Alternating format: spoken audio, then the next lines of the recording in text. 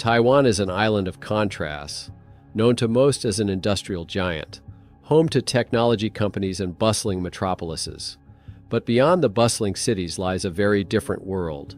About 70% of this small island is covered by majestic mountain ranges, making Taiwan a true paradise for climbers and travelers.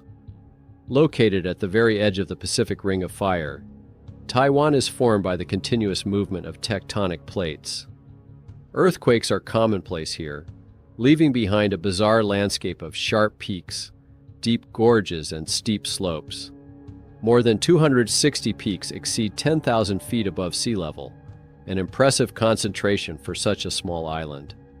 The central mountain range stretches from north to south like its spine.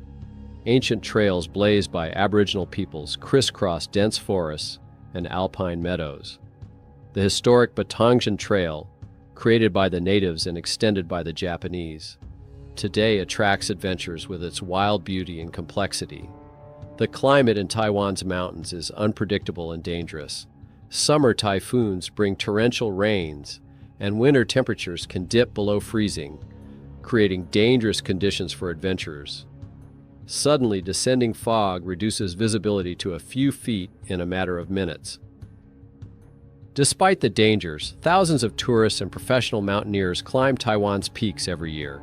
They come to see the sunrise from Yushan, Northeast Asia's highest mountain at 1,965 feet, or to explore unspoiled, timeless routes. In the age of social media, colorful photos of breathtaking views and intrepid summit climbers give the impression of accessibility and safety. What once seemed extreme becomes commonplace if you see it often enough on Instagram and Facebook. Such pictures make you forget about the real dangers and preparation behind every climb. But mountains don't forgive mistakes. They remain as dangerous as they were thousands of years ago, despite modern equipment and technology. Sometimes even experienced climbers face situations beyond their capabilities. It is here, among these majestic peaks and deep gorges, that the story of Gigi Wu unfolds, a woman whose passion for the mountains and unusual approach to mountaineering has made her one of the most talked about figures in the mountaineering community. Gigi Wu's office life at an international trading firm in Taipei changed dramatically in 2014 when the death of her father was a turning point in her destiny. Instead of sinking into a routine, the 31-year-old woman left a stable career and turned her eyes to the mountains, which became not just a hobby, but a way for her to heal. Her first ascents were tentative, like most beginners. With no formal training, she learned by experience. On Mount Yushan, Taiwan's highest peak, Gigi met Alex Yang, an experienced climber who would later become her close friend. But the real story of the bikini climber began by chance. After losing a friendly argument, Gigi made a promise to take a photo at the top of the next mountain in a bikini. What started as a joke turned into her signature style when she noticed the response these unusual photos were getting. The image of a fragile woman in a brightly colored swimsuit against the rugged mountain scenery created a striking contrast that drew attention. Quickly moving beyond mere fun, Gigi set an ambitious goal: to conquer 100 peaks in Taiwan, exceeding 9,800 feet. For any mountaineer, even one with years of experience, this was a major challenge, requiring not only physical fitness, but also in-depth knowledge of mountain terrain, weather conditions, and wilderness survival. By 2016, just 2 years after beginning her mountaineering journey, she had achieved her first significant goal of conquering all 100 peaks. This fact was surprising even to experienced climbers who had spent decades on such an accomplishment. Instead of stopping, Gigi set a new goal: to conquer all 268 mountains in Taiwan above 9,800 feet. By early 2019, she already had about 130 peaks under her belt. Behind the flamboyant image of the bikini mountaineer was a responsible traveler. She picked up trash on the trails and helped tired fellow travelers, even if it meant extra weight in her backpack. Despite her growing popularity, Gigi increasingly chose solo hikes, finding in them a special freedom and the opportunity to go at her own pace. But the mountains, as faithful teachers, more than once reminded her of their dangerous nature. In 2017, she narrowly escaped disaster on a solo hike. And in 2018, she shared on social media photos of scars from a fall that, in her words, nearly killed her. These warnings, however, didn't stop Gigi, but only strengthened her resolve to continue on her journey. By January 2019, 36-year-old Gigi Wu had become a symbol of how passion and perseverance can transform an ordinary office worker into an accomplished mountain conqueror. But there was a challenge ahead of her that would test the limits of her abilities and change her story forever. Behind Gigi Wu's bright social media pages was the challenging reality of a mountaineer. Each climb required meticulous preparation, physical endurance, and the ability to make quick decisions in critical situations. Her backpack, which weighed about 65 pounds, almost half her own weight, was a real challenge. Inside was everything she needed to survive, including a Canon 5D Mark III camera with lenses for her famous photos. Alex Young gave her a satellite phone, a device that was meant to be a lifeline in case of emergency. Professional climbers were critical of her approach. The heavy backpack increased the risk of losing her balance, and solo hikes left her unsupported in case of injury. But Gigi continued on her path, proving she could handle the challenges of the mountains alone. Twice, the mountains warned her of danger. After an incident in 2017 when she nearly got lost, Gigi wrote a prophetic phrase on social media: "A mistake made on a solo hike can be your last." And in 2018, after showing the scars on her legs from a serious fall, she admitted that she was on the cusp of death. But those situations didn't make her give up solo climbing. For Gigi, mountains were more than a hobby. They were her passion, her medicine, her way of life. Friends saw her change, growing stronger with each hike, finding freedom, challenge, and meaning in the mountains. In early 2019, a new goal was a route through Yushin National Park, which included the historic Batongan Trail and several unauthorized sections rarely visited even by experienced climbers. On January 11, 2019, Gigi Wu began what was planned as a 2-week journey. Her backpack loaded with everything she needed, she sent a message to friends with her itinerary, promising to contact them upon her return. The first few days of the hike passed without incident, but as she went deeper into the more remote and wilder areas of the park, communication became increasingly irregular. On January 19th, the 9th day of the hike, Gigi Wu reached a spot where a regular trail gave way to an unauthorized route. The weather, which was predicted to remain sunny, began to change rapidly. Fog was descending on the slopes, visibility was decreasing, and the first drops of rain heralded bad weather. Standing at the crossroads between a safe return and the uncharted road ahead, Gigi made the choice that would determine her fate. She continued toward Mount Jupen, where the biggest challenge of her life awaited her.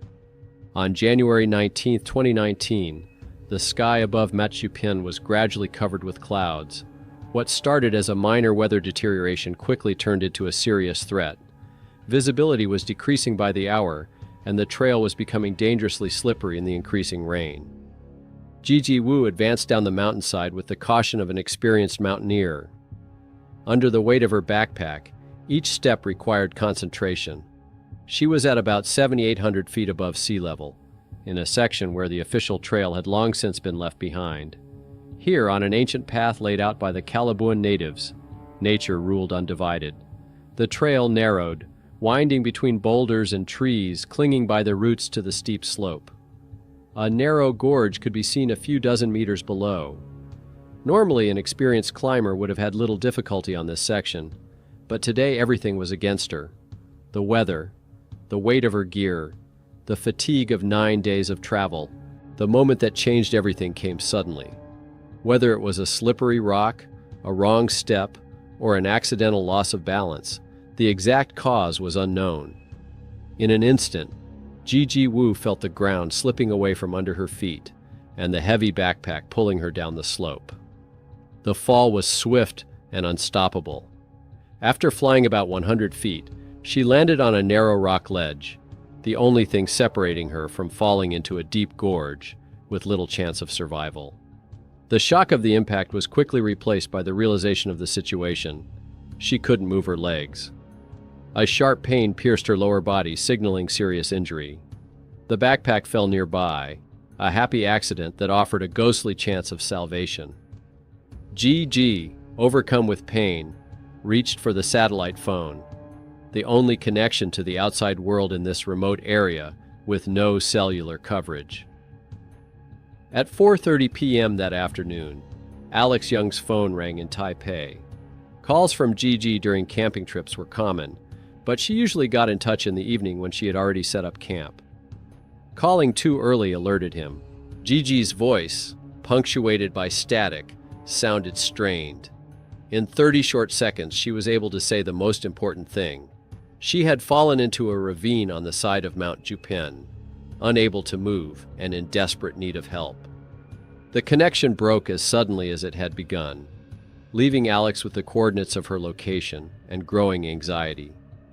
Without delay, he contacted the authorities, relaying all available information to the Nantou County Fire Department, in charge of rescue operations in Yushan National Park. The coordinates were accurate. The northwest slope of Juping Mountain, at about 4,900 feet above sea level. But even with this data, the rescue did not promise to be easy. While Alex did his best in Taipei, trying again and again to reach Gigi, she was alone on a narrow ledge of rock. The rain was getting heavier, and the temperature began to drop as evening fell. With each passing hour, her situation grew more desperate. The fog descended, enveloping the mountainside in a dense veil, and then came darkness. Not the city twilight with the soft light of street lamps, but the absolute, impenetrable darkness of the wilderness. Gigi, unable to move, could only wait, hoping that rescue would come before the cold and injuries took their toll. That night on the slope of Mount Jupen, the temperature plunged to 35.6 degrees Fahrenheit. For a person immobilized and wet from the rain, with no way to build a fire or take shelter in a tent, such conditions are deadly. Hypothermia, the gradual cooling of the body, begins to develop imperceptibly but inexorably. As Gigi struggled for life on the mountainside, the rescue operation faced its first obstacles. 3 attempts to get Black Hawk helicopters in the air were canceled due to dangerous weather conditions. Thick fog made flying in the mountainous terrain impossible. The situation was becoming critical. The hours were ticking by, and the help Gigi Wu had so hoped for was still far away. In loneliness, cold, and darkness, the longest night of her life began. A night that would test the limits of human endurance and make her wonder, what happens to a person when all that remains is one hope? The dawn of January 20th brought not relief, but a new wave of anxiety. The fog on the slopes of Mount Jupen had not cleared, and the rain continued with the same vigor. The temperature remained low, only 37 degrees Fahrenheit. In such conditions, even professional rescuers realized that time was working against them. The Nantou County Fire Department took over the coordination of the rescue operation. Taiwan's National Air Rescue Corps tried again to raise the Black Hawk helicopters, but without success. It became clear the only way to reach Gigi Wu was on foot. Such a difficult mission required not just rescuers, but people who knew the area like the back of their hand. They chose the Kalibuang people, the indigenous mountain people of Taiwan, whose ancestors had lived there for centuries. 2 experienced guides from the Kalibuang tribe and a professional firefighter formed the first search party. In the early morning hours, a blue pickup truck slowly climbed the winding mountain roads, taking the rescuers higher and higher into the mountains. They had reached 7,900 feet, the highest elevation the vehicle could reach. The next step was to walk, carrying about 45 pounds of rescue equipment: ropes, stretchers, medical supplies, food and water. A second team of rescuers moved in behind, ready to support the first group. Their job was to establish additional communication points and ensure the victim could be evacuated if she could be found. The rescuers' path took them along rain-washed paths, through slippery slopes and dense undergrowth. Every step required extreme caution. One mistake could turn the rescuers into casualties. But the Kalibuan representatives confidently led the group, using knowledge passed down from generation to generation. Guided by the coordinates received from Gigi's satellite phone, the rescuers moved toward the northwest slope of Mount Jupan. With each passing hour, they were getting closer to the suspected crash site, but conditions were only getting worse.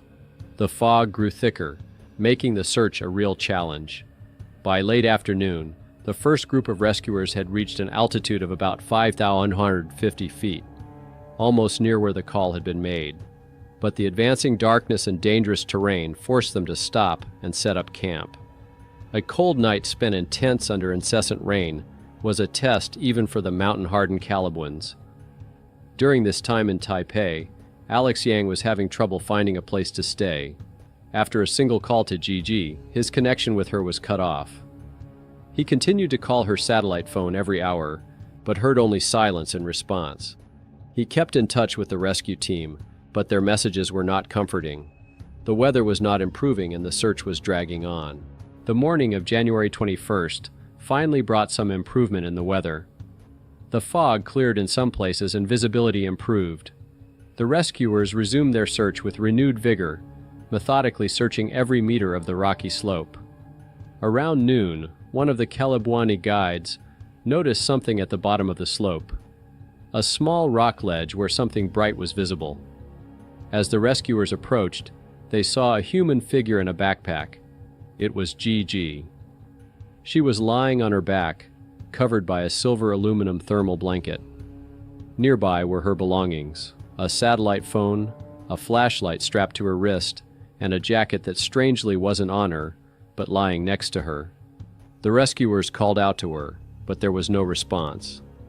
Descending to the narrow ledge where Gigi was located required mountaineering skills. The rescuers secured ropes and began a cautious descent. When they reached her, it was clear that help had come too late. Gigi Wu was not breathing, and her skin was cold to the touch. Doctors would later determine hypothermia as the likely cause of death.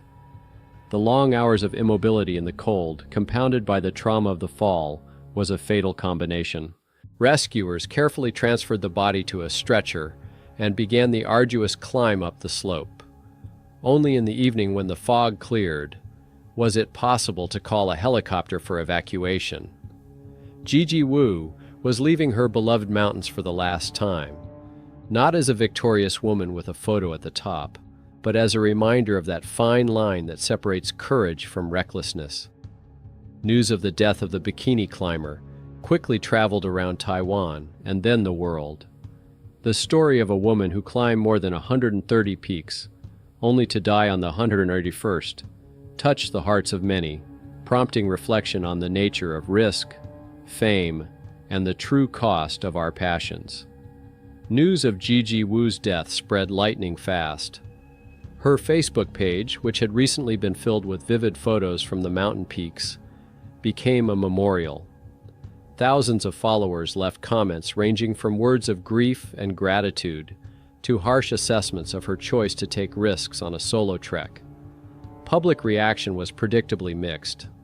For many, Gigi became a symbol of female strength and courage, proof that mountains are conquered not by gender, but by spirit and determination. She was a mountain goddess, her fans wrote, admiring not only her looks, but also her inner strength, which allowed an office worker to transform into an experienced mountaineer. But other voices emerged.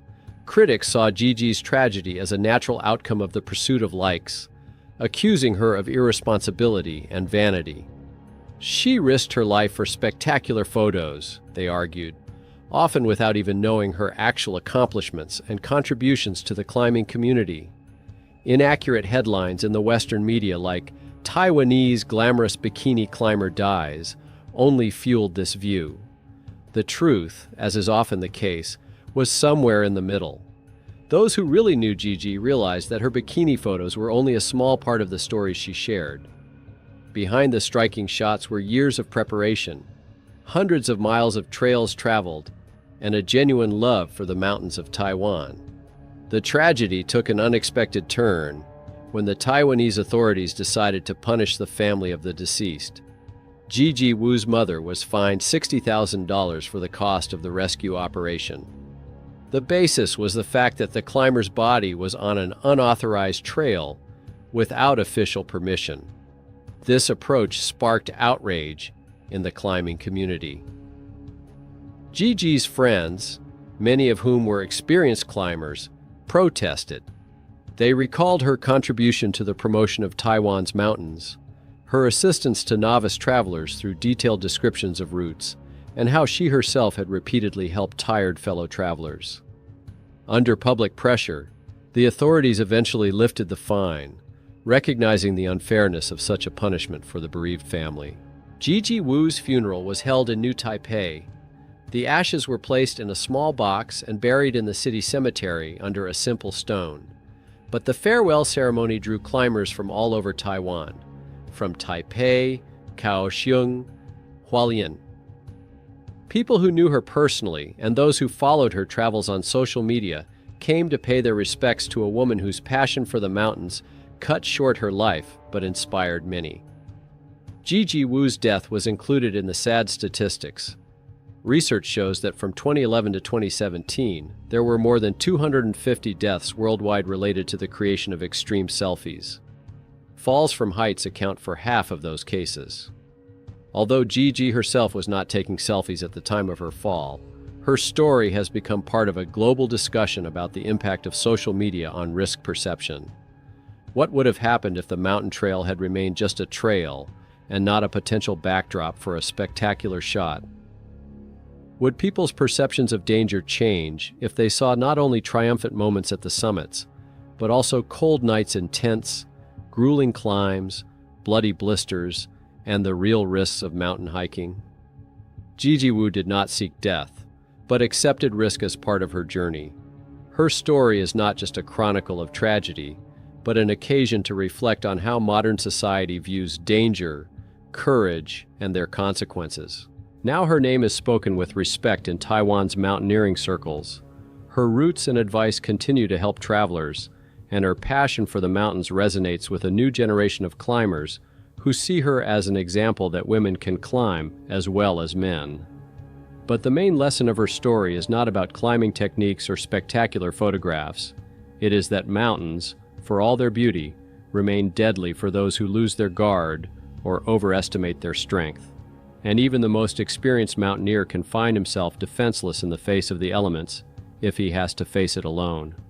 Gigi Wu went into the mountains on January 11, 2019 and never returned, but her spirit continues to live there, among the peaks of Taiwan, as a reminder of the fine line between courage and recklessness, between passion and obsession, between life and death. Taiwan's mountains remain as beautiful and dangerous as Gigi Wu knew them to be. Every day, new travelers climb the trails she once described in her posts.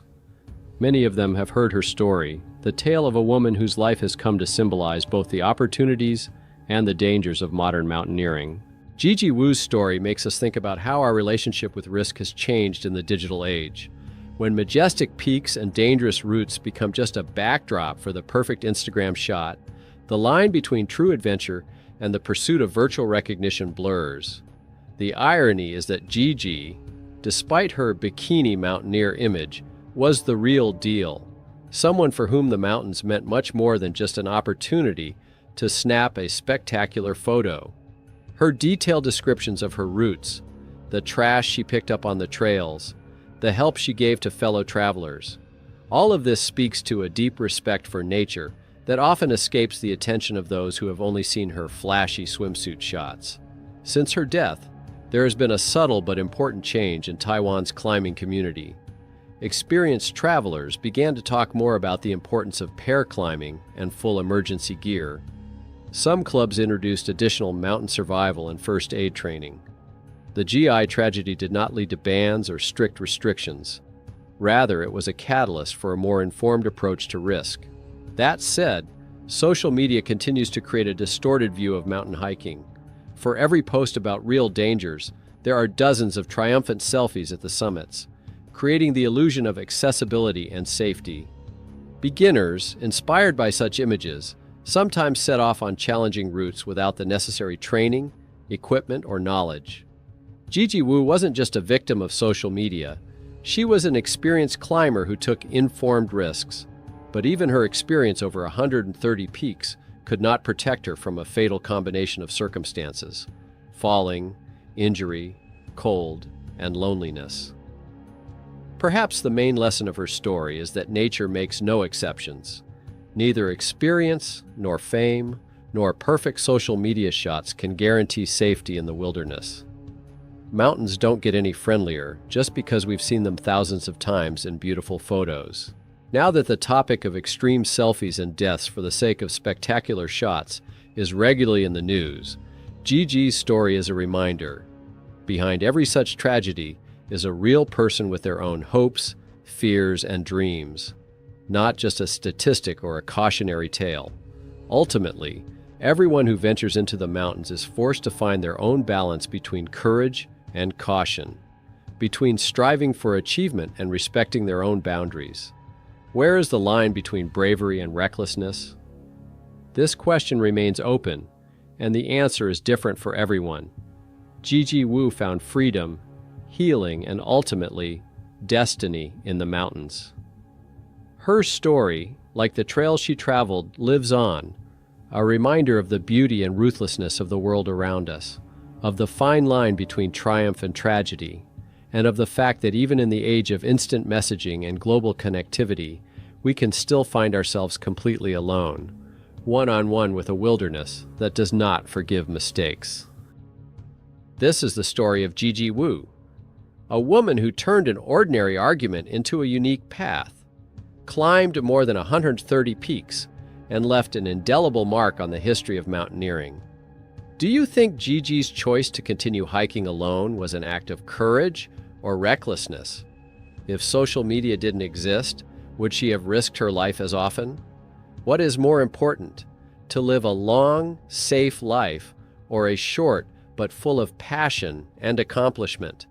And who has the right to judge that choice? I look forward to your thoughts in the comments. Whether you agree with me or not, every opinion is valuable and helps us better understand and adjust our approach to the stories we tell. If you like this story, don't forget to put a like and subscribe to the channel. Take care and don't forget, sometimes the bravest decision is knowing when to stop. See you in the next episodes. There is an unwritten rule in high-altitude mountaineering. At 23,000 feet, you are only responsible for yourself. Has your partner fallen and can no longer walk? Leave them behind. It's not cruelty, it's survival math. In August 2025, on the deadliest mountain in the former Soviet Union, Victory Peak, one act of humanity triggered a chain reaction that led to one of the most devastating tragedies in the history of modern mountaineering. This story is not about conquering mountains. It is about the price you sometimes have to pay for refusing to leave a friend in trouble. Natalia Nagovitsina worked at the Central Election Commission of Russia, where her world consisted of columns of numbers and computer processing of election data. Her colleagues knew her as a model of methodicalness and reliability, but behind this calm facade lay a hunger for something completely real, something that the air-conditioned office and the virtual reality of protocols could not provide. At the age of 48, she took up mountaineering relatively late, in 2016, when many people are already thinking about slowing down the pace of life. For Natalia, it became not a hobby, but a way to breathe. The same discipline with which she verified data now manifested itself in planning climbs, but in the mountains, the stakes were different. Here she sought not order, but authenticity, in the icy wind, in the pain of strained muscles, in the absolute clarity of purpose against the backdrop of the abyss. If Natalia took on a task, she saw it through to the end. This trait, which became both a blessing and a curse in the mountains, transformed her from a novice on Elbrus to the leader of the most complex expeditions in 9 years. She already had 4 7,000ers to her credit: Lenin Peak, Korzhenevskaya Peak, Ismoil Somoni Peak, and Khan Tengri.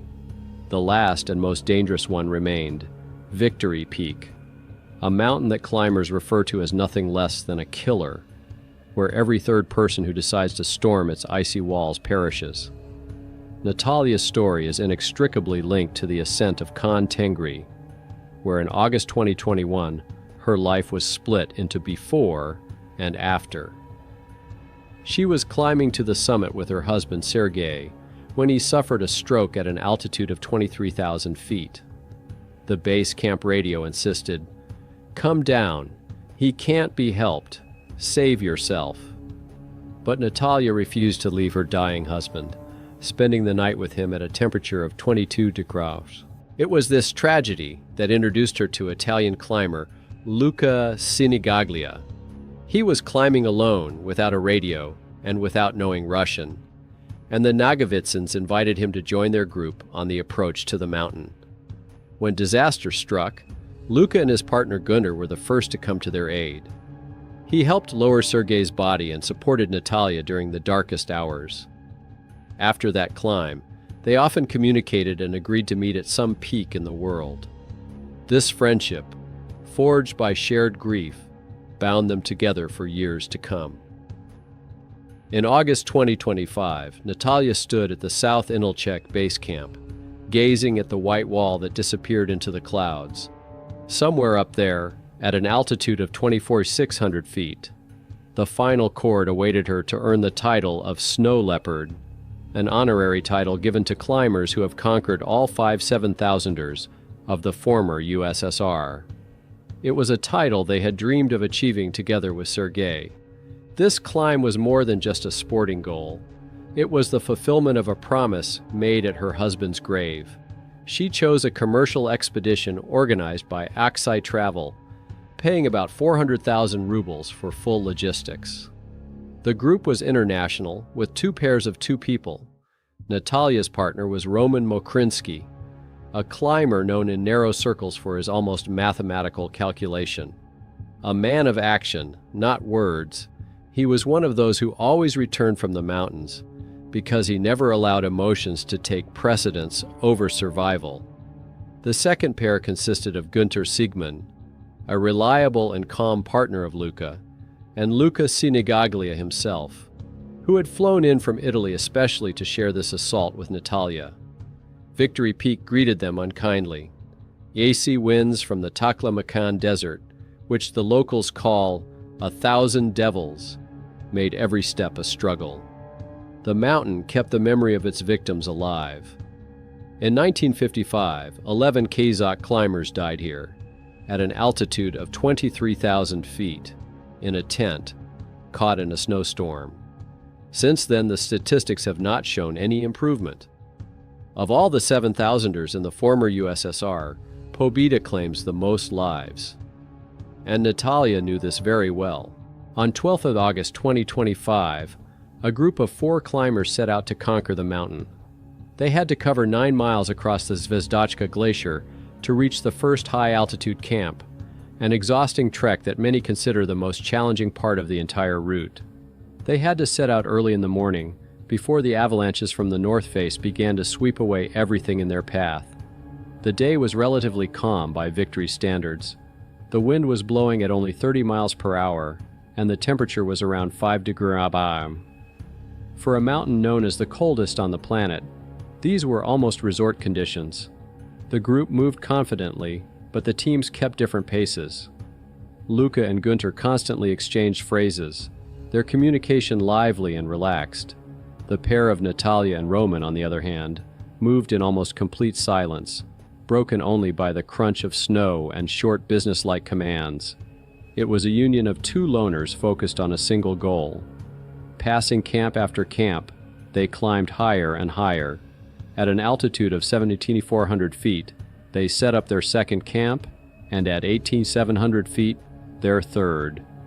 Every foot of the climb became increasingly complex, but it was a familiar, almost meditative struggle for experienced climbers.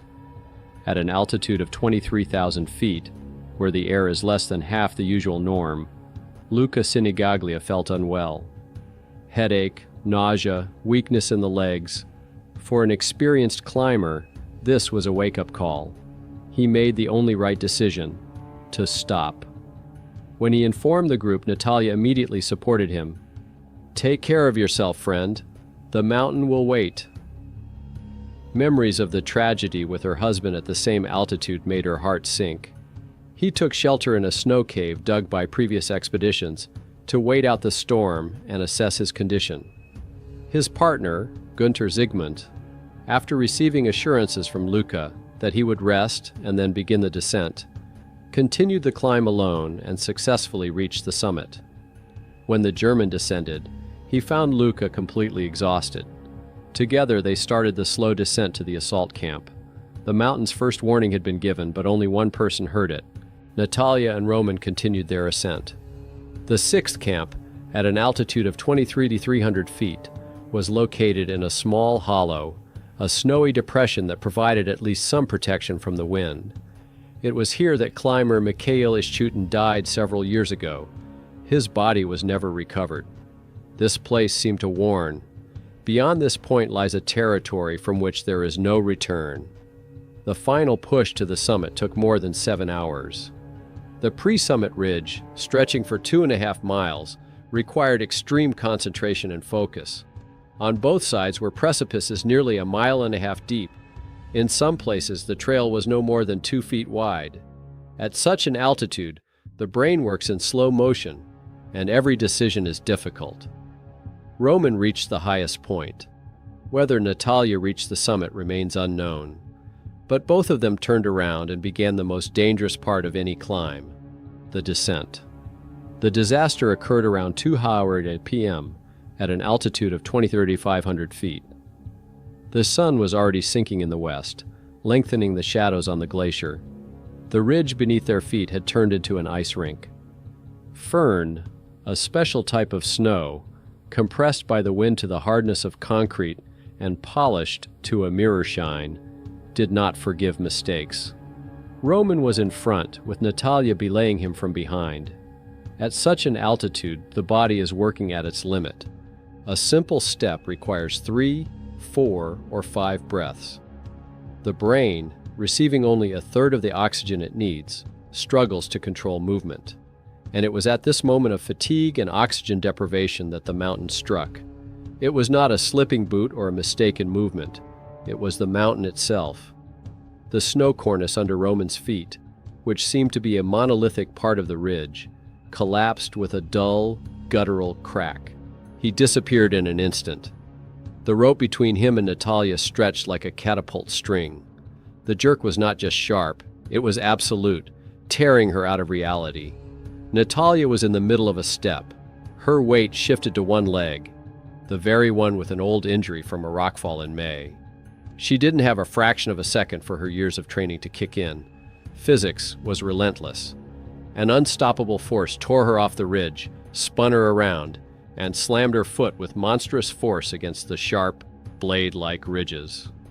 The deafening crunch of her own bone at such a height seemed to her to be the loudest sound in the universe. A sharp, unbearable pain pierced her entire body. An open fracture of the tibia in high-altitude conditions is a death sentence. She could no longer put weight on her leg and could not take a single step on her own. Roman acted calmly, without panic. He took an ampule of painkiller from the first aid kit and gave her an injection. He applied a splint made of an ice axe and wrapped it with an elastic bandage. Every movement caused Natalia unbearable pain, but she gritted her teeth and endured it. Roman dragged her 160 feet to a rock niche known as Bird Rock. It offered relative protection from the wind, but nothing more. Now he had a choice to make. The mathematics of high altitude are ruthless. 2 people can't descend an icy ridge with a broken limb. Attempting to do so would mean certain death for both of them. Staying would also mean death, only slower.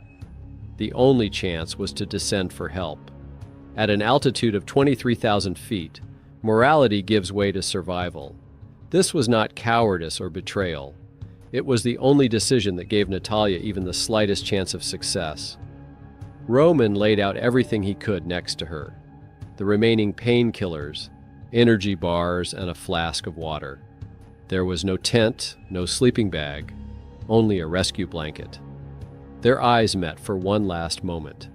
There was no fear in his eyes, only a grim, heavy determination. He froze for a moment, as if waiting for something, reproach, curses, any sign. But she, overcoming the pain, only nodded slowly but firmly. Once. That was enough. Natalia let him go, accepting her fate and relieving him of part of his unbearable burden of guilt. Roman turned abruptly and, without looking back, began his descent. Natalia remained alone under the overhanging rock, where several bodies of those whom the mountain had not let go already lay. The temperature was beginning to drop. She watched as his figure grew smaller and smaller until it disappeared completely into the white mist. Now her life depended on the speed of other people and her own ability not to give up. When Roman Mokrinsky reached the assault camp and reported what had happened, the news spread like thunder over the radio. Luca Sinigaglia, still weakened after his illness, heard that Natalia was in trouble. For him, it was not just a report of an injured climber, it was a personal tragedy. It was a friend he had once rescued on Khan Tengri. Without waiting for the official rescuers, Luca and Gunter began preparing.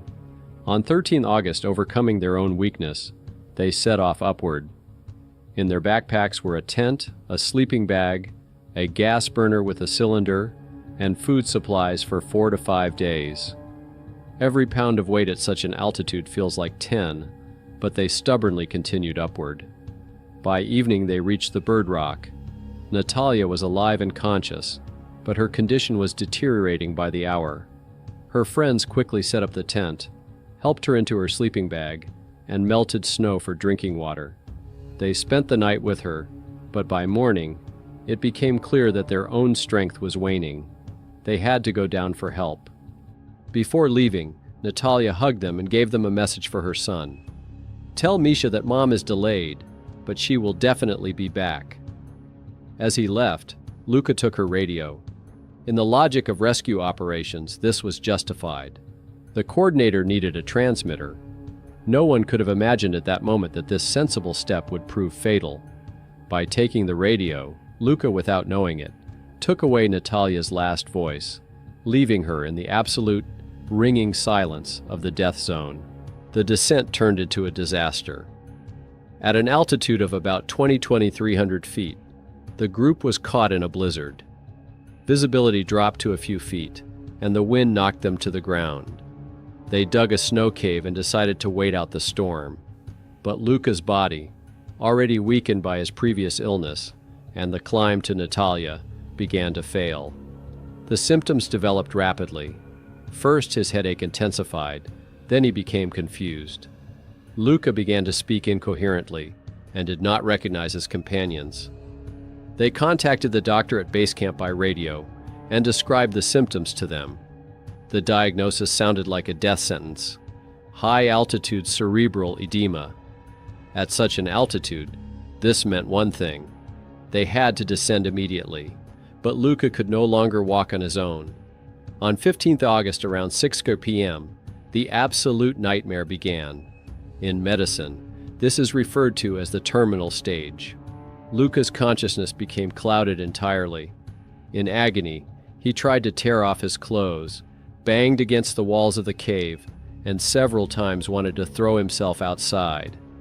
Günther and Roman used their last ounce of strength to hold the body that had once been their friend. In the cramped space of the cave, accompanied by the howling wind, Luca's incoherent cries and the dull thuds of his body against the icy walls merged into a soundtrack of pure horror. For Günther, that night will forever remain a scar on his memory. On the morning of 16th August, Luca's heart stopped. The man who could not leave his friend in trouble paid the highest price for his loyalty. Günther and Roman, themselves on the verge of physical and mental exhaustion, were only able to lower the body partially, but they lacked the strength to bring it to base camp. Luca remained in the snow cave on the mountainside that took his life. While the personal tragedy of a small group of climbers was unfolding, a large-scale rescue operation was beginning in the valley. However, August 2025 proved to be catastrophic for the entire region. The Kyrgyz Ministry of Emergency Situations was working at full capacity. 62 climbers needed to be evacuated from various parts of the South and North Inalchek glaciers. During those same days, rescuers were evacuating British, Chinese, Kazakh, and Russian climbers. On 16th August, Russian Alexei Ermakov died on Khan Tengri. Another victim, another evacuation. Dmitry Grekov, head of the base camp, did not hide his pessimism. "There is no need to search for her. We know where she is. It's just impossible to get there. No one has ever been rescued from there in the entire history of the mountain. It's impossible to get down manually."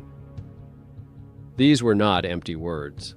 A ground evacuation from an altitude of 23,500 feet would require at least 10 experienced climbers, 5 to 6 days to ascend, and the same amount of time to descend, and that's in ideal weather conditions.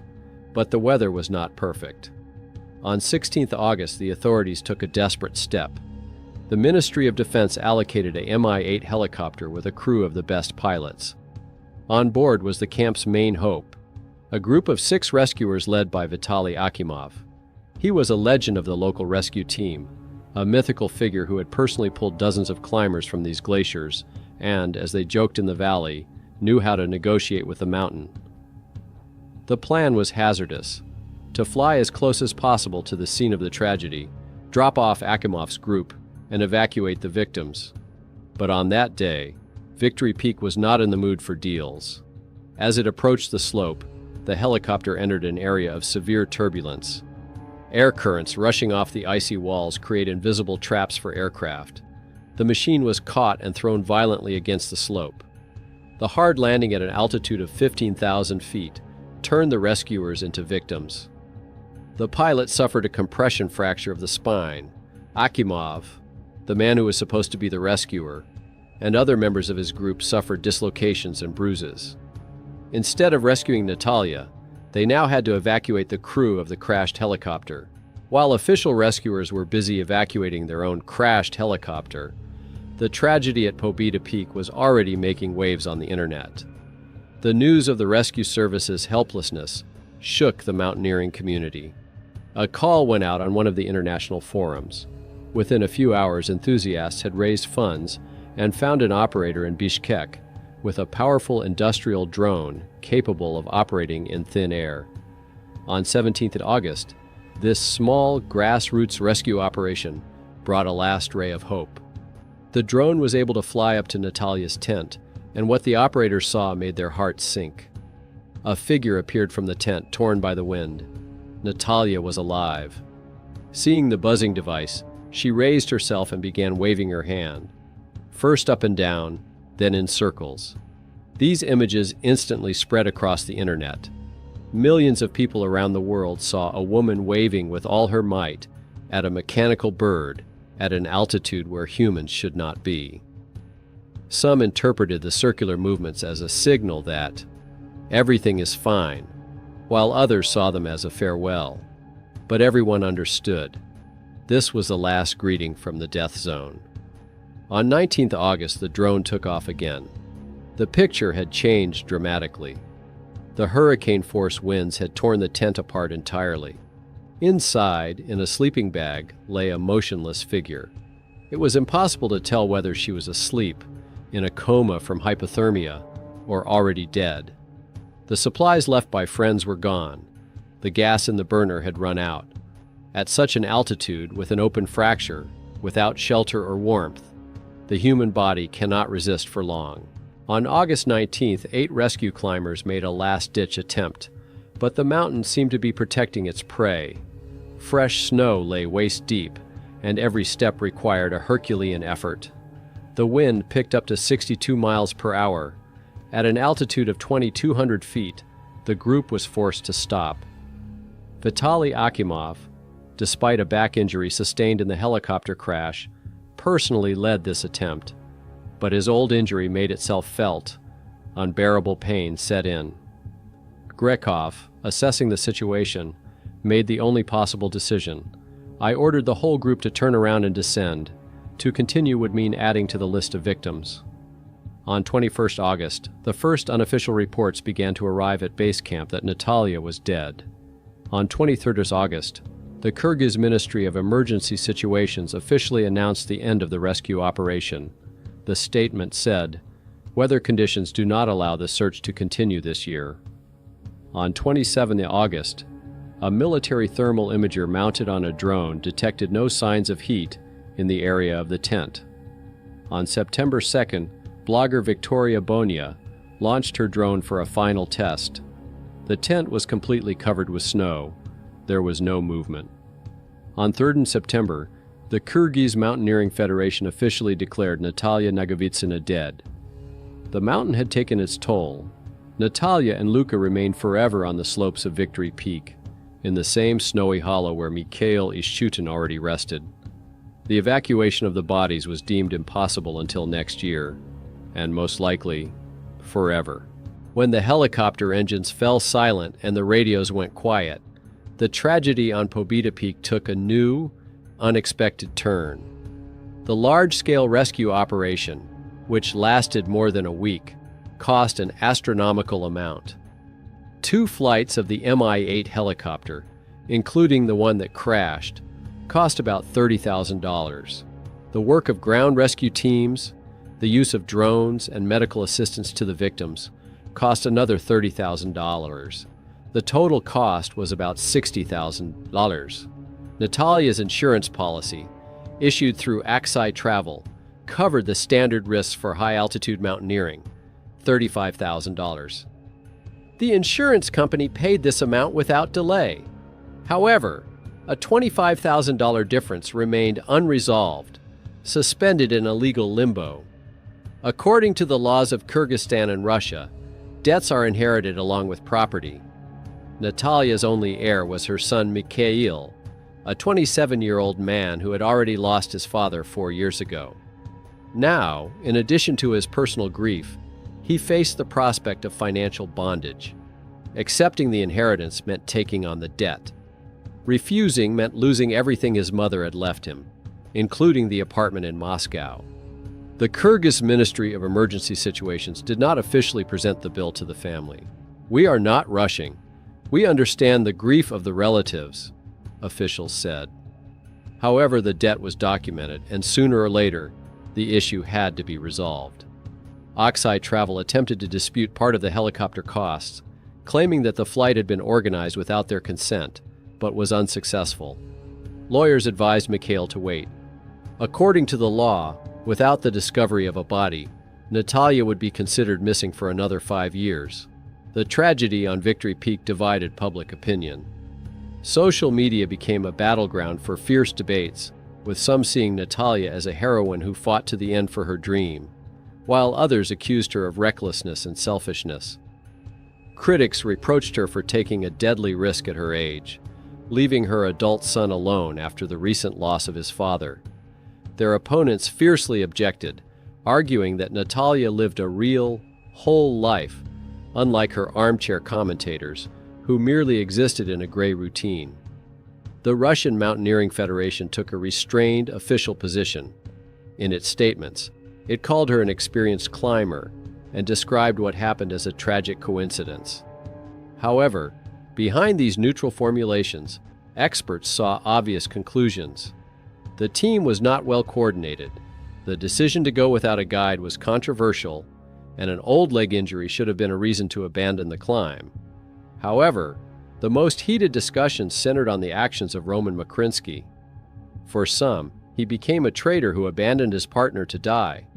For others, he was a pragmatist who made the only possible choice to survive and bring help. Roman himself refused to comment. Those who knew him said that he returned from the mountain a completely different person. The drone video showing Natalia waving her hand garnered millions of views and sparked a wave of public anger directed at the rescuers. Thousands of people who did not understand the realities of high altitude asked the same question in their comments. How could they not save her when everyone could see that she was alive? Any attempts to explain the technical impossibility of evacuation from an altitude of 23,500 feet were drowned out by a wall of emotions and accusations. The Kyrgyz parliament began discussing new rules for climbers. It was proposed to make special permits mandatory for climbs above 19,700 feet, increase insurance amounts, and tighten requirements for group composition. But everyone understood. Mountains do not recognize human laws. In Italy, Luca Sinigaglia's family installed a memorial plaque at his native mountaineering club in Milan. The inscription read, "To Luca Sinigaglia, the mountaineer who could not leave his friends behind." His sister Patricia did not blame Natalia. Luca made the decision himself. He couldn't do otherwise. It was his choice, the choice of a true friend. Natalia's son, Mikhail, planned an expedition for 2026, not to climb, but to install a memorial plaque. Just as his mother had once installed a plaque for his father on Khan Tengri, the circle was complete. Experts estimated the chances of finding and evacuating the bodies at 40–50%. Everything depended on the weather and funding. Italy and Russia promised to help. In the mountaineering community, the story of Natalia Nagovitsina and Luca Sinigaglia is now told as a parable. It is about the price of loyalty. It is about how the rules of survival in the mountains conflict with humanity, and it is about how everyone makes their own choice. Victory Peak continues to stand on the border between Kyrgyzstan and China, indifferent to human tragedies. Winds from the Taklamakan Desert continue to polish its slopes to a mirror-like shine. In a snowy hollow at an altitude of 2,300 feet lie those who paid the highest price for trying to touch the sky. Natalia Nagovitsina's story prompts reflection on the nature of human ambition. What drives people who return time and again to a place where the chances of dying are 30%? There is no simple answer. It may be because some people cannot live without a challenge. Probably in the mountains, they find something that is missing in ordinary life. The ultimate clarity of existence, where every decision has absolute value. Natalia knew the statistics. She knew about the tragedy of 1955, when 11 people died in a tent not far from her final resting place. She knew that no one had ever been evacuated alive from the 23,000-foot summit of this mountain. And yet she went, because she promised her husband. Because it was the last peak before the coveted title of Snow Leopard. Because she didn't know how to stop halfway. Her story is not a guide to action or a warning. It is simply a story about choice. About how, at a critical moment, a person chooses between physical survival and staying true to themselves. Roman Makrinsky chose life and will carry the burden of that decision for the rest of his days. Luca Sinigaglia chose loyalty and remained on the mountain forever. Natalia picked her dream and paid for it with everything she had. In a world where success is measured in numbers and achievements, it is easy to forget a simple truth. Some peaks are not meant for humans. However, as long as people are willing to challenge this truth, tragedies at high altitudes will continue to occur, and each of them will remind us of the fragility of human life and the greatness of the human spirit. Mountains are neither good nor evil. They exist, and they wait for the next ones to come and test the limits of what is possible.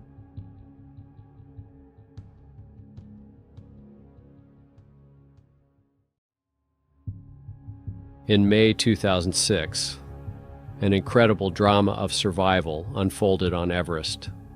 The mountain, which serves as an icy graveyard for more than 200 climbers, was preparing to claim another life.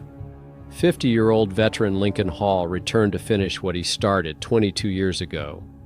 He would find himself in a deadly trap at an altitude of 2,500 feet in the death zone, where every minute without oxygen irrevocably kills brain cells. When his own team exhausted all hope of rescue, Lincoln's story should have ended.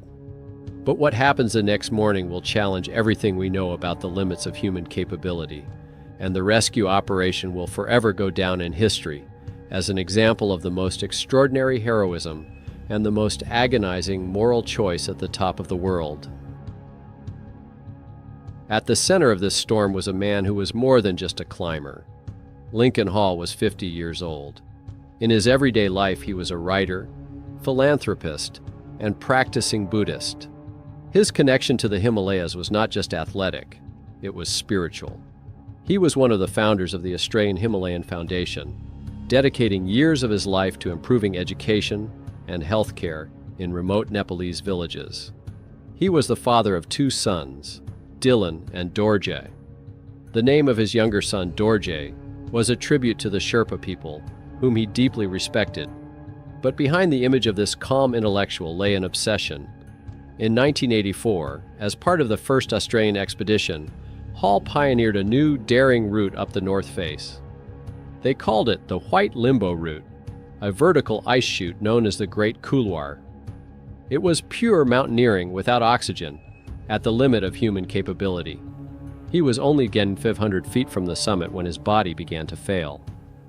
He recognized the symptoms of high-altitude cerebral edema, an enemy that kills climbers from within, and made the wise but agonizing decision to turn back. He later described this failure in his book, White Limbo. It was a setback that became a dark shadow that, in his own words, poisoned his soul. He lived with this ghost for 22 years. The decision to return came when he was 50. It was a difficult conversation with his wife, Barbara, and teenage sons. He explained it as his last chance to close the gestalt that had haunted him for half his life. The family had mixed feelings about it. They supported him, understanding this passion as part of his personality, but Barbara did not hide her concern about the risks, his age and the children waiting at home. Despite the stakes, preparations for the expedition were rushed, according to his friends. He spent only a few weeks training, mainly running and doing general physical conditioning. The years had softened his body. This time, Lincoln consciously relied not on his youthful endurance, which was a thing of the past, but on his wealth of experience. He replaced physical strength with mental fortitude and his Buddhist deep breathing practices. He was confident that it was his mind, not his body, that would carry him to the summit. With this confidence, Lincoln arrived in Tibet. The 2006 expedition had nothing in common with the risky 1984 expedition. This time, he put his trust in the powerful Seven Summits Club. Its leader, Alexander Abramov, was renowned for organizing some of the most ambitious and well-equipped expeditions on the mountain. It was a first-class commercial operation that guaranteed safety. The best Sherpas surrounded Lincoln, had unlimited oxygen supplies, and all the logistics were worked out down to the smallest detail. What's more, his close friend Mike Dillon was waiting for him at base camp. Dillon was a professional documentary filmmaker and had come to make a film about his friend's return to the summit. This whole system, designed for success, seemed unbreakable. But on 22nd May, 3 days before Lincoln's planned assault, the illusion of safety collapsed. Thomas Weber, a German climber from their own team, collapsed at an altitude of 2,700 feet. High-altitude edema killed him within hours. The mountain reminded them that no amount of logistics could guarantee survival in the death zone. At 2 a.m. on 25th May 2006, a group of climbers stepped out of their tents at Camp 4 at an altitude of 2,200 feet into the icy darkness. The temperature had dropped to 22 degrees. The wind at this altitude did not just blow. It roared like a jet engine, drowning out all thought. The only sound in the thin air was the mechanical hiss of oxygen regulators and the dry, desperate crunch of crampons on frozen snow. In this chain of dim headlamps slowly creeping upward was Lincoln Hall. He was in the tunnel of his 22-year obsession. Adrenaline and the flow of pure oxygen completely overwhelmed fatigue, age, and fear. But the atmosphere in the Seven Summits Club team was oppressive. The Sherpas, including Lincoln's personal guide Dorje, were gloomy and taciturn. They exchanged short phrases in their language, avoiding looking up at the slope. The reason was simple and terrifying. 3 days earlier, on 22nd of May, their teammate Thomas Weber had begun his attempt to climb from the same Camp 4. At an altitude of 2,700 feet, the German climber suddenly collapsed. High-altitude cerebral edema killed him in a matter of hours. His body remained lying on the slope, on the very route that Lincoln's team was now following. Before leaving, Dorji burned a bundle of juniper branches at the tent's entrance and recited a Buddhist prayer, a protective ritual performed by Sherpas before perilous climbs. The smoke spread across the ice, carrying the prayers to the spirits of the mountain. It was not just a ritual. It was an acknowledgement that the hill had already taken one life and might claim another. Lincoln had seen this ritual before, but he did not understand its true meaning. He was utterly focused on the summit, on his 22-year obsession. Perhaps he did not know all the details of Weber's death. Maybe he deliberately did not allow himself to think about it. The team had already lost one person. This thought hung heavily in the air, but Lincoln, step by step, was moving toward his triumph. After 7 hours of grueling ascent, at 9 a.m., Lincoln Hall reached the summit of Everest. At that altitude, 29,000 feet, the curvature of the earth was visible to the naked eye, and the sky above was dark purple. He felt himself filled with an energy he thought he had long lost. He had done it. The weight of decades that had been pressing on his shoulders was finally lifted. He unfurled the Australian flag. The Sherpas took several photographs. He took out his satellite phone and dialed Mike Dillon's number at base camp. His voice was calm and steady. He reported that he was at the summit. Mike congratulated him, but the warmth in his voice was mixed with concern. He could hear not only joy in Lincoln's voice, but also profound, extreme fatigue. He reminded Lincoln of an old mountaineering adage, "Remember, buddy, you're only halfway there." For Lincoln, this was the peak of his life, but the most dangerous hours lay ahead. The disaster began almost as soon as Lincoln turned downward. The oxygen deprivation that his brain had ignored on the way up hit him with the force of a hammer. Sherpa Dorji, who was walking behind him, was the first to notice something was wrong. Lincoln's gaze became glazed. His steps became unsteady and heavy, like a man walking through deep sand. It was the first sign of high-altitude cerebral edema. The enemy from which Lincoln had wisely fled in 1984 had now caught up with him. And this time, it did not retreat. Lincoln's consciousness began to disintegrate. He felt his lungs burning and his muscles going numb. He muttered incoherent words. He thought he saw village lights or was floating in a boat on the sea. He began to resist help actively. At one point, he ripped off his oxygen mask, shouting that he didn't need it and that it was suffocating him. The Sherpas tried in horror to put it back on, but Lincoln pushed them away. He tried to walk away from the trail, toward his lights, and Dorje had to drag him away from the edge of the precipice physically. This was the beginning of 9 hours of agony. 3 Sherpas, Dorji, Lakcha, and Dawa Tenzing, found themselves trapped at an altitude of 28,500 feet, with a dying man who weighed 176 pounds and was actively fighting against his own rescue. The second step awaited them. It is a 130-foot, almost vertical rock wall. Climbing it is difficult. Lowering an incapacitated, resisting body is virtually impossible. It took them 4 hours to drag Lincoln through this section. 4 hours of desperate struggle at the limit of their strength, in the most hostile place on the planet. They secured ropes, tied him up, and tried to lower him like cargo. But Lincoln, delirious, clung to the rocks, his body thrashing against the stones. The Sherpas' hands burned from the friction of the ropes, their own oxygen melting away with every passing minute. The wind was picking up. In the midst of this struggle, another disaster struck. Lacha suddenly groaned and began rubbing his eyes. Earlier that morning, during the ascent to the summit, the glass of his protective goggles had cracked from being hit by an ice axe. He taped the crack with electrical tape and continued climbing. He couldn't stop. But through the crack in his goggles, his left eye had been exposed to direct ultraviolet radiation for 7 hours, which, at an altitude of 26,300 feet, is 5 times as intense as on the ground. At first, there was a slight burning sensation which he ignored.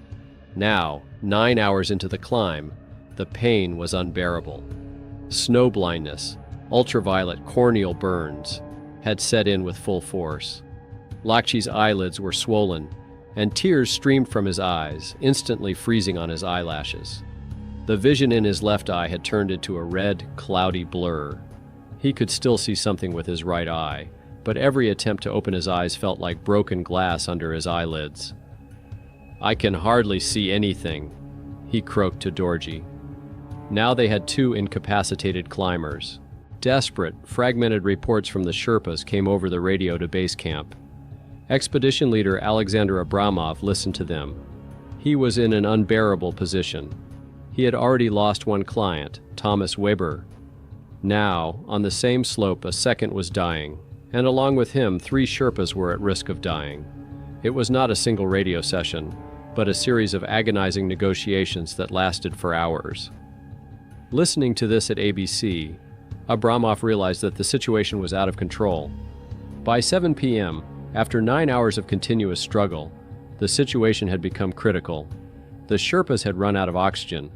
The 7 Summits Club team did have large reserves, but they were in Camp 4, where the Sherpas had started their ascent. They had taken cylinders based on a standard schedule, 7 hours of ascent and 4 hours of descent. The supply was for 15 hours, but the 9-hour struggle with Lincoln broke all calculations. Moreover, they periodically connected the mask to Hall, trying to bring him back to consciousness, consuming precious oxygen twice as fast. By 7 in the evening, their tanks were empty, and they were still at an altitude of 28,200 feet. Lakshya was blinded. Lincoln Hall was no longer moving. He lay unconscious in the snow, his breathing barely discernible. Abramov's decision was ruthless, pragmatic, and, in the logic of the death zone, the only correct one. He gave the order over the radio: "Leave him. Save your lives. Descend immediately." For the Sherpas, it was a death sentence. They were exhausted, frostbitten, and depressed. They had done everything they could. Silence reigned, broken only by the howling wind. They conducted the final test. Dorji knelt and took off his thick glove, risking frostbite on his own fingers. He tried to feel for a pulse on Lincoln's neck under the layers of his down suit. Nothing. He waited, counting silently. 30 seconds, a minute. Nothing. Lakshya, squinting with one eye, tried to feel for a pulse on his wrist. Nothing either. Dorji leaned closer, trying to hear his breathing, but at 28,500 feet with the wind and his own oxygen mask, it was useless. He shone his flashlight into Lincoln's eyes. His pupils were dilated and unmoving. He pressed on the eyeball, the pain reflex, the last sign of life. No reaction. The body did not move. Dorji knew that in extreme cold, a person could enter a state similar to suspended animation, when the pulse is almost imperceptible. He had seen this once before, and the climber had been saved. But then they had oxygen, daylight, and 2 hours to reach camp. Now it was night. They had run out of oxygen. Lakshya was blind, and it would take several hours to climb down in the dark to reach camp. Even if Lincoln were still alive, they would not be able to get him down. All 4 of them would die.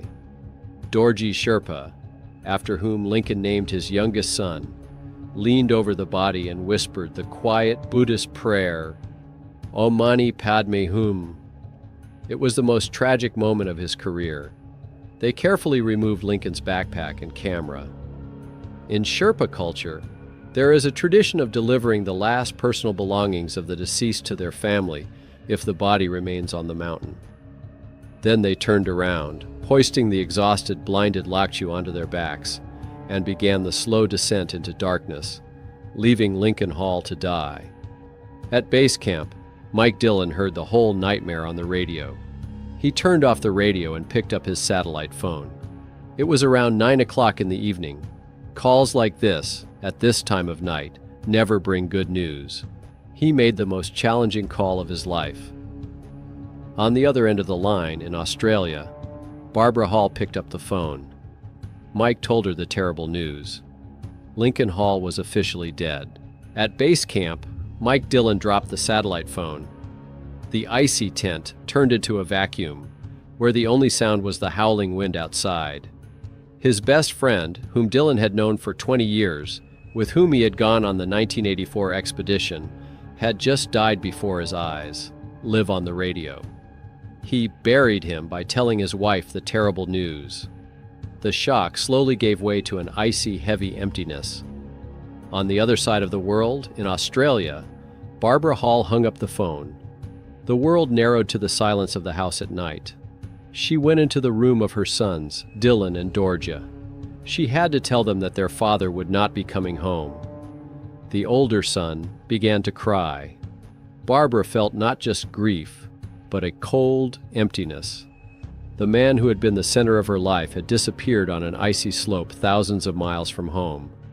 Exhausted by grief, she eventually fell into a heavy, restless sleep. And that very night she had a dream. It was incredibly vivid and real. She saw Lincoln walking toward her. He was alone, he looked tired, but he was walking and smiling broadly and brightly. At that very moment, at an altitude of 8,500 feet, in absolute darkness and silence, Lincoln Hall's body came to life. He opened his eyes. Consciousness returned in complete bewilderment. The body lay on the snow, in absolute solitude. The first thought was, where are the Sherpas? But then his brain, still in the grip of edema, pieced together the picture. He remembered falling, struggling. He looked at his belt. His backpack was gone. His oxygen tank was gone. His ice axe was gone. He realized with chilling clarity, they had left him to die. That thought should have killed him.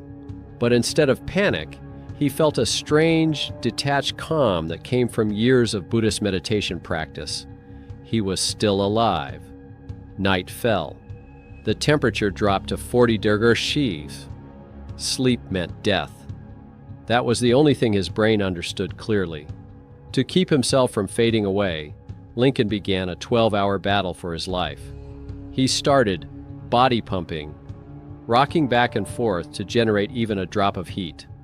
He rubbed his frostbitten face with snow, trying to chase away sleep. His brain was his worst enemy. Hallucinations caused by hypoxia returned with a vengeance. He thought the mountain was the deck of a ship rocking on the waves, and he muttered that, "The weather is perfect for a cruise."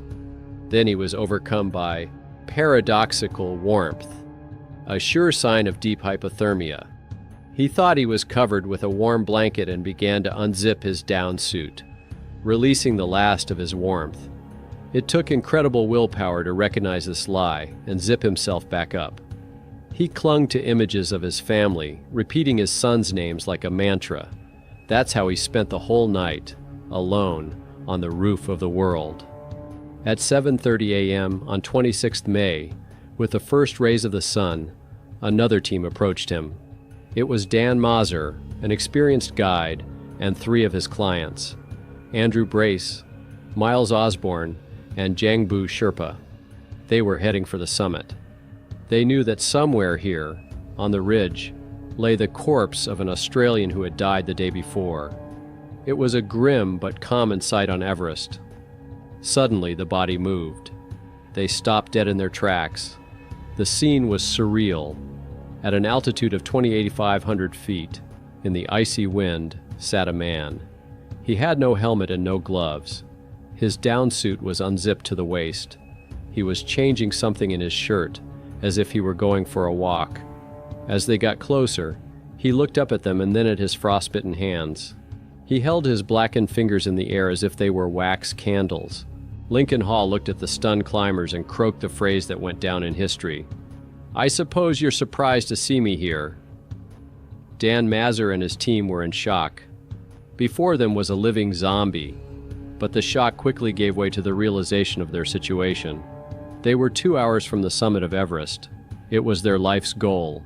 Years of training, tens of thousands of dollars, all for these last few feet. They were at the same moral crossroads that had killed British climber David Sharp a week earlier.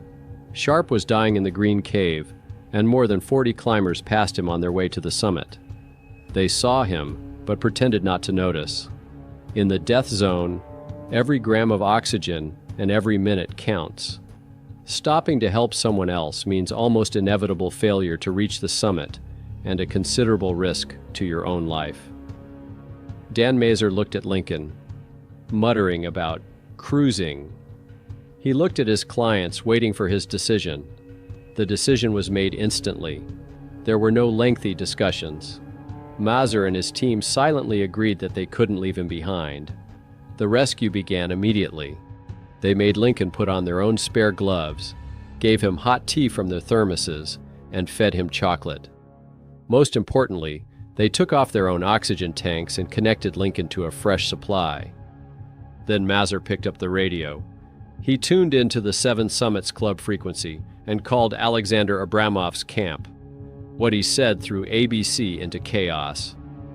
"Alexander, this is Dan Mazer. I'm at the second step. Your climber, Lincoln Hall.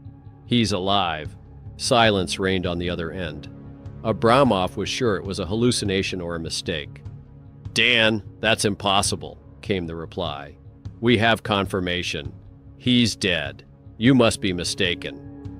Mazer had to convince them, shouting into the radio that it was not a mistake. "I'm looking at him right now. He's talking to me. He needs oxygen. He needs to be evacuated." He was arguing for the life of a man he had met 5 minutes ago, wasting precious time and his own dwindling oxygen supply. They kept Lincoln on the brink of life for 4 hours. Their own oxygen was almost gone. They did everything they could, but they couldn't bring themselves to let him go. Now everything depended on the people who had left him to die the day before. Dan Mazer's radio message threw the Seven Summits Club camp into chaos. The news that Lincoln Hall was alive was not just a shock, it was a logistical nightmare. Alexander Abramov, who had just buried 2 clients in 24 hours, now had to organize the highest rescue in his company's history. He immediately mobilized everyone who could stand. 12 Sherpas in ABC and North Col camps were ordered to drop everything and prepare to leave. It was a rescue operation unlike any other in the company's history. The rescue team was led by Sirdar, Chief Sherpa, Ming Magela. Dorji Sherpa was also part of the team, the same Dorji who just a few hours earlier had read prayers over Lincoln's dead body. For him, this expedition was not just a job, it was a personal duty. Armed with fresh oxygen tanks, medicine, tea, and ropes, the team of Sherpas began a desperate climb from 21,000 feet back into the death zone. It took them 4 hours to reach Mazer's group at 28,200 feet. A quick, silent handover of the patient took place. Dan Mazer's team, having given all their resources and sacrificed the summit, was on the verge of exhaustion. They handed Lincoln over to the fresh team and immediately began their own descent to safety. For Lincoln Hall and 12 Sherpas, a 10-hour descent into hell began. He was no longer in the same condition Mazer had found him. The oxygen had restored some of his consciousness, but with it came hallucinations. He kept pulling off his mask, trying to get back to his ship. The Sherpas dragged, carried, and pulled him down. Every few steps the Australian fell. The Sherpas lifted him, shouted, and forced him to move. It was not a gentle rescue. It was a brutal struggle for life, where the rescuers themselves were at their limit. At one point, when Hall once again collapsed limply into the snow and refused to get up, one of the Sherpas, in desperation, swung his ice axe at him. It was not a threat. It was a primal cry. "Go, or you will die here, and we will die with you." The descent was painfully slow and took place in 3 stages. It was not a single push. The first stage was the descent from 28,200 feet to the North Col, and then to Camp 4 at 23,000 feet. The expedition doctor, Andrei Selivanov, had already climbed there, risking his own life. The second stage was the night at North Col. The team reached the camp late at night on 26 May. Lincoln was in critical condition. Dr. Selivanov fought for his life all night in an icy tent, administering medication for brain edema and keeping him warm. The third stage began on the morning of 27 May. After the doctor stabilized the Australian's condition, The Sherpas started the final, longest descent from North Col to advanced base camp at 21,000 feet. Mike Dillon was waiting for him at ABC. When Dillon saw the figure he had buried a day and a half earlier, he rushed to him. It was a reunion that seemed impossible. Later, when Lincoln had recovered a little, he looked at his friend and uttered a phrase that has become legendary. He said, "Thank you for that call. Now please call her back." The price for this miracle was high. The first prize was physical. Lincoln Hall was evacuated to Kathmandu and then to Australia. His hands and feet were blackened from severe frostbite. Surgeons were forced to amputate 6 fingertips on his hands and his right big toe. When he was finally able to speak to his wife from the hospital, he told her the price of his survival. Barbara's response was immediate. "I will love you even if you lose all your fingers." The second was moral retribution. The 2006 season went down in Everest history as one of the deadliest and most shameful. While Dan Mazur and his team sacrificed their summit attempt to save Hall, just a week earlier, more than 40 climbers had passed by the dying British climber David Sharp, rushing toward their goal. Lincoln's miraculous rescue was a stark rebuke and answer to the mountain's ultimate ethical question: which is more important, the summit or the man? And finally, there was the final reckoning. Not instantaneous, but stretched out over years. Lincoln Hall did not blame Abramov's team. He understood the ruthless rules of the death zone and was eternally grateful for his rescue. He returned home a hero, a living miracle. His story spread around the world. But that night at 28,500 feet left invisible scars. The amputated fingers were only the external cost. Brain swelling, 12 hours in the death zone, severe hypothermia. All of this depleted his body at the cellular level. Doctors warned that every hour in extreme hypoxia takes months of recovery for the body. That night took years. 6 years later, in 2012, at the age of 56, Lincoln Hall died of mesothelioma. It was an aggressive form of cancer caused by asbestos dust he had inhaled as a child. The disease had a latency period of 30 to 40 years and would have caught up with him anyway. But doctors told Barbara what she had long feared to hear. The extreme exhaustion of his body on Everest had weakened his immune system. The cancer progressed more rapidly and aggressively. Lincoln lived 8 to 10 years less than he could have.